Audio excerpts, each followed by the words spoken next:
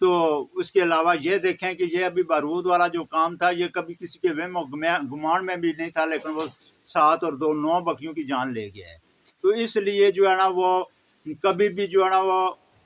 بکریاں جو ہے وہ اس طرح گاؤں میں نہ چھوڑیں بغیر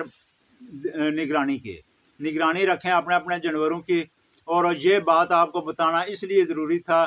کہ تاکہ آپ جو بھی میرے دوست بھائی چرواہے ہیں ان پر سختی سے عمل کریں، اور